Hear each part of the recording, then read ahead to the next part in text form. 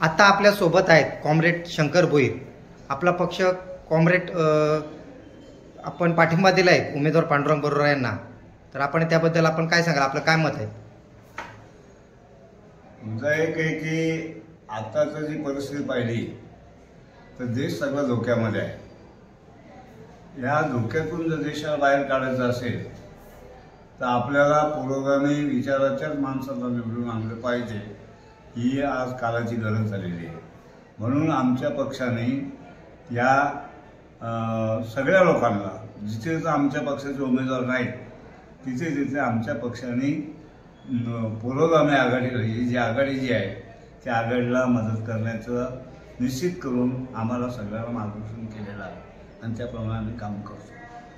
आपण आपल्या कॉम्रेड आपण आपल्या याच्यातून आपण आपल्या कार्यकर्त्यांना काय आव्हान करणार आहात?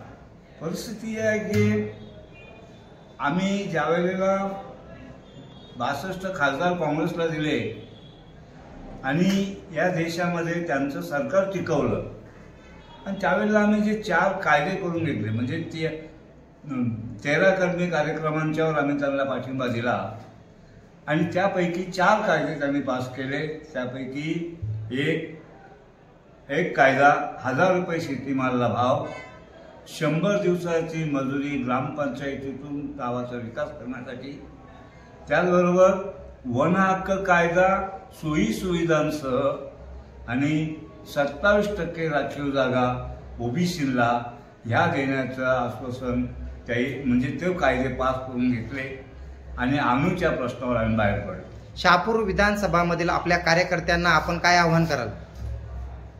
आजची परिस्थिती पाहिली तर शहापूर तालुक्यातल्या सगळ्या कार्यकर्त्यांना आवाहन करण्यासारखं एकच आहे की 2005 आणि 6 मध्ये जो कायदा पास झाला तर यांनी आता 23-24 पर्यंत तो अंमलात आणला नाही.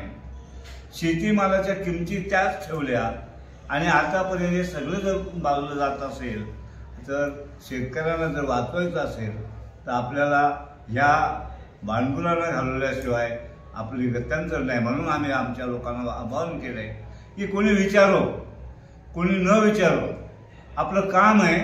आपण पुरोगामी पक्षाचे लोक आहोत. आपल्याजवळ मार्क्सवाद आहे, मार्क्सवादाच्या ताकदीवर आपण त्यांना मदत करायचे आणि तीच आपण न सोडता आपल्याला काम करायचं आहे. म्हणून आम्ही आमच्या सगळ्या लोकांना हे सांगितलंय की कुठल्याही परिस्थितीमध्ये कोणी विचारो ना विचारो आपण त्यांना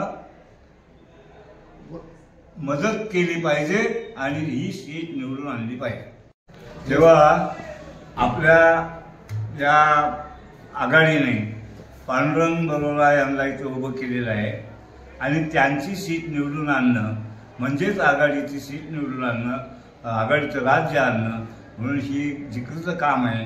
तेव्हा पांडुरंग बरोरा यांचंच काम करून यांना निवडून आणण्याचं काम तुतारला मत देऊन आपल्याला त्यांना निवडून आणलं पाहिजे. हा प्रचार आम्ही आमच्या लोकांच्यामध्ये केला.